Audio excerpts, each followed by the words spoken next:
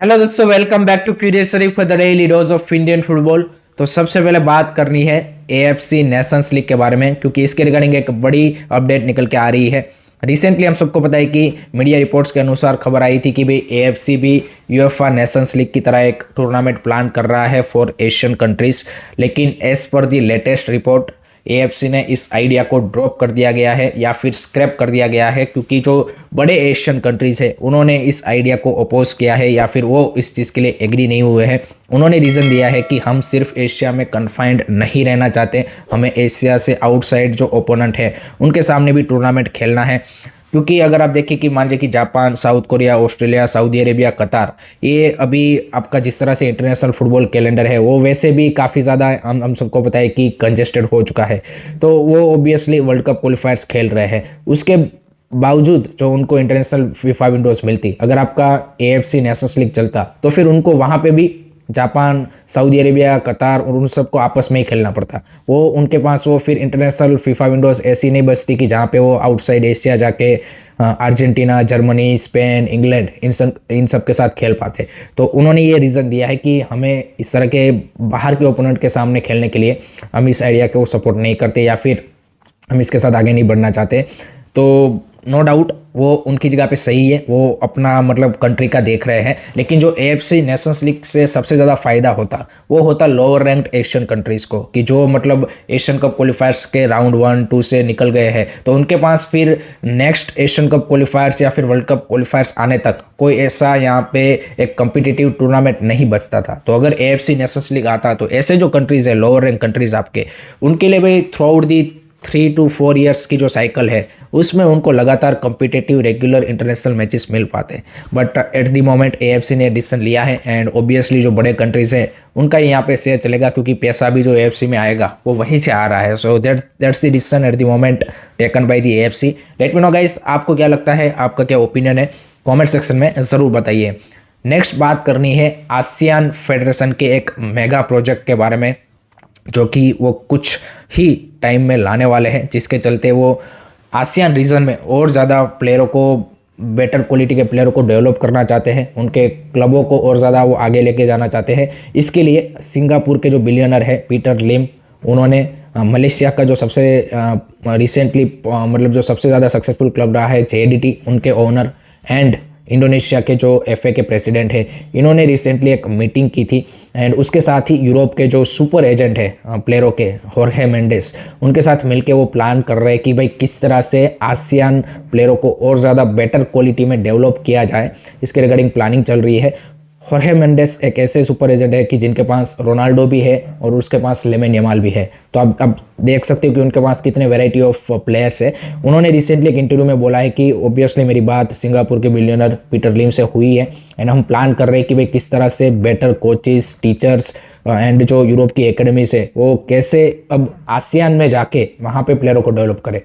उन्होंने ये सजेस्ट किया कि rather than bringing players from Europe to ASEAN, हमें कोचेस अच्छे ज़्यादा वहाँ पे सेंड करने चाहिए। एंड अगर आप वहाँ पे बेटर प्लेयर डेवलप करेंगे देन ऑब्वियसली फिर वो जाके यूरोप में भी खेल सकते हैं एंड क्वालिटी भी आपकी बढ़ेगी। तो I think that's a very good vision to be honest, because इसके ऊपर ही ज़्यादा फोकस किया जाना चाहिए। रिसेंटली एक रिपोर्ट के अनुसार जो मैं पढ़ रहा था उसमें भी बताया गया है कि जापान की जो J लीग है अब उसमें और ज़्यादा आप देखिए कि यूरोपियन जो क्लब्स एंड एकेडमीज है और ज़्यादा अपने जो स्काउट्स है वो यहाँ पे भेज रहे हैं, क्योंकि उनको लग रहा है कि भी जो जापान की J लीग के क्वालिटी के प्लेयर है वो यहाँ पे ऑब्वियसली यूरोप में मतलब क्या बोलते हैं कि खेल सकते हैं एंड उनके पास वो स्किल सेट है। तो भाई जापान ने किस चीज़ के ऊपर फोकस किया, क्वालिटी प्लेयर डेवलपमेंट के ऊपर, एंड आसियान रीजन भी सेम चीज़ करने जा रहा है। सो लेट्स सी किस तरह से उनका प्लान बनता है एंड अगर इसको यहाँ पे सही तरीके से इंप्लीमेंट किया जाता है then definitely it will be a great boost for ASEAN region. Because देखिए वहाँ पे फुटबॉल का क्रेज तो है, वो उसमें कोई डाउट नहीं है। मलेशिया, इंडोनेशिया,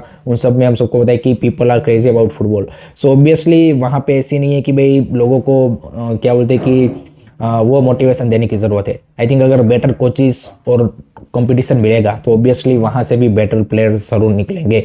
अब इसका इंडियन फुटबॉल के साथ क्या रिलेशन है, तो अनफॉर्चुनेटली आप मेरे को एक चीज़ बताइए कि पिछले 2 साल में आपने कोई ऐसा इंडिया के जो बड़े स्टेक होल्डर्स है AIFF, FSTL, ISL clubs, I league clubs, इन सब को मिलके आपने कोई ऐसा यहाँ पे मीटिंग के बारे में सुना कि जिसमें ये डिस्कशन किया गया हो कि भाई चलो नेक्स्ट 5 सालों में हम किस तरह से अपने क्लबों को बेटर करना है ताकि वो जो लॉसेस कर रहे हैं वो कम हो पाए, किस तरह से कंपटीशन को इम्प्रूव किया जाए, किस तरह से लीग के जो लूपहोल्स है चाहे वो ISL हो, आई लीग हो, उसको किस तरह से इम्प्रूव किया जाए, किस तरह से कोचिंग है उसको इम्प्रूव किया जाए एंड किस तरह से बेटर क्वालिटी प्लेयर प्रोड्यूस कर पाए। क्योंकि without producing a better quality player Indian football is going nowhere. चाहे हम कितना भी यहाँ पे आस लगाए, होप लगाए हैं, यही एकमात्र रास्ता है कि आप आगे बढ़ सकते हो। क्वालिटी प्लेयर के जब तक आप प्रोड्यूस नहीं करोगे तब तक कोई भाई रास्ता नहीं है। सो आप मेरे को बताइए कि पिछले 2 साल में ऐसा कोई मीटिंग के बारे में आपने सुना है? नहीं है।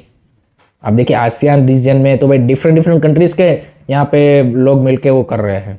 हमारे यहाँ पे तो हमारे कंट्रीज़ के जो बड़े आपके स्टेक होल्डर्स है उसके बीच में इस तरह की कोई डेवलपमेंट की मीटिंग नहीं हुई है। AFF अपनी ओर से विज़न में लगा पड़ा है, क्लब्स अपनी ओर से चल रहे हैं, ऐसे ही बस ऐसे ही आपकी लीग चल रही है और आपका फुटबॉल चल रहा है। So that's the difference between ASEAN region and you can say कि इंडियन फुटबॉल। एंड जिस तरह से आसियान रीजन आगे बढ़ रहा है, देखिए वो OCI प्लेयरों को ला रहे हैं, नेचुरलाइज प्लेयरों को ला रहे हैं। I think very soon they will take over India without a doubt. Let me know guys, आप क्या सोचते हो, आपके क्या ओपिनियन है, कमेंट सेक्शन में ज़रूर बताइएगा। नेक्स्ट अब बात करनी है ISL के बारे में।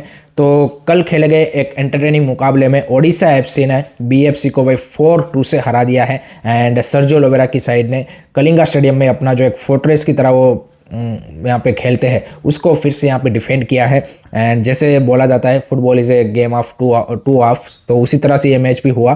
First half is all about Odisha FC, second half में BFC ने अच्छा कमबैक किया। फर्स्ट हाफ की अगर हम बात करें तो 3 गोल ओडिशा FC ने मार दिए थे। वहीं से लग रहा था कि मैच कहीं ना कहीं ओवर है। जिस तरह से पहला गोल आया चेरी का, that was a brilliant goal. Second Mortada का भी जिस तरह से हेडर था, I mean Mortada Fall and header, I think they are in ISL you can say कि ब्रेड एंड बटर।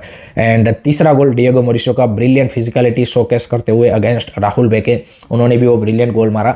लेकिन सेकंड हाफ में जरगोजा ने जो स्टार्टिंग 11 में भी पिक करने में जो गलती की थी एंड अपनी जो यहाँ पे मिस्टेक है उसको सुधारा एंड 4 चेंजेस उन्होंने हाफ टाइम पे किए। एंड उसके बाद definitely BFC come up with a stronger response in second half. आते ही तुरंत आप देखिए Sunil Chhetri again scoring for BFC। तो जिस तरह के फॉर्म में सुनील छेत्री लग रहे हैं, I think we need him in March Asian cup qualifiers. I think he need to reconsider his retirement because बाकी कोई प्लेयर तो मेरे को होप नहीं दे रहा कि भाई एशियन कप क्वालिफायर्स में हमें लगातार गोल मार के देगा। तो भाई बेटर रिस्पॉन्स यहाँ पे सेकंड हाफ में BFC की ओर से दिखा। बट आई थिंक जो मैच का टर्निंग पॉइंट था या फिर BFC के लिए जो कमबैक का रास्ता जिन्होंने एकदम से मतलब बंद कर दिया वो था 4th गोल ऑफ ओडिशा। जिस तरह से डिएगो मोरिशो ने वो गोल मारा उसमें भाई ज़्यादा आप बोल सकते हैं कि BFC की डिफेंस की गलती थी। बिकॉज 4 बंदे एक ही बंदे को यहाँ पे डिफेंड कर रहे थे, लेकिन उसके बावजूद भी वो डिफेंड नहीं कर पाए एंड वहीं से कहीं ना कहीं जो रास्ता है वो क्लोज डाउन हो गया। अदरवाइज मान लीजिए कि वो 3-1 हो गया था, 3-2 के भी चांसेस लग रहे थे क्योंकि जिस तरह की शुरुआत सेकंड हाफ की BFC ने की थी लग रहा था कि वो भाई यहाँ पे कहीं ना कहीं एक अच्छा रिस्पॉन्स करेंगे एंड 3-2 हो जाता than anything can happen. And आप देखिए सेकंड हाफ का रिजल्ट 2-1 हुआ है। 2 गोल BFC ने मारे हैं, एक ही ओडिशा मार पाया है। सो आई थिंक कहीं ना कहीं सेकंड हाफ में वो जो 4th गोल है उसने गेम को किल कर दिया आप बोल सकते हैं। एंड जो जरगोजा की स्टार्टिंग 11 पिक करना था आई थिंक वहाँ पे भी उन्होंने मिस्टेक कर दिया। फर्स्ट हाफ में जिस तरह से ओडिशा ने डोमिनेट किया उसका one of the main reason था कि भाई मिडफील्ड कंप्लीटली यहाँ पे गायब दिखा BFC का, जो कि सेकंड हाफ में उन्होंने बेटर तरीके से चेंजेस किए एंड बेटर तरीके से खेला। But overall a very entertaining game, high scoring game. As a neutral तो काफ़ी मज़ा आया। And Odisha FC climbed up to the 3rd position now. 10 matches में 15 पॉइंट उनके भी हो चुके हैं। BFC के पास चांस था कि मोहन बगान के ऊपर कंटिन्यूस प्रेशर बनाने का, लेकिन नाउ मोहन बगान as a you can say कि chance to you can say कि make a lead in the shield race. So let's see BFC किस तरह से नेक्स्ट मैच में रिस्पॉन्स देती है। केरला ब्लास्टर उनके आर्क राइवल के सामने मुकाबला है तो मज़ा आएगा। एंड ओडिशा FC का भी नेक्स्ट मुकाबला मुंबई सिटी के सामने है। सो आई थिंक लेट्स सी वो भी अपना जो मोमेंटम है पिछले 2 मैचेस में 10 गोल मार के वो आ रहे हैं उसको क्या कंटिन्यू रख पाते हैं, वो देखना काफ़ी इंटरेस्टिंग होगा।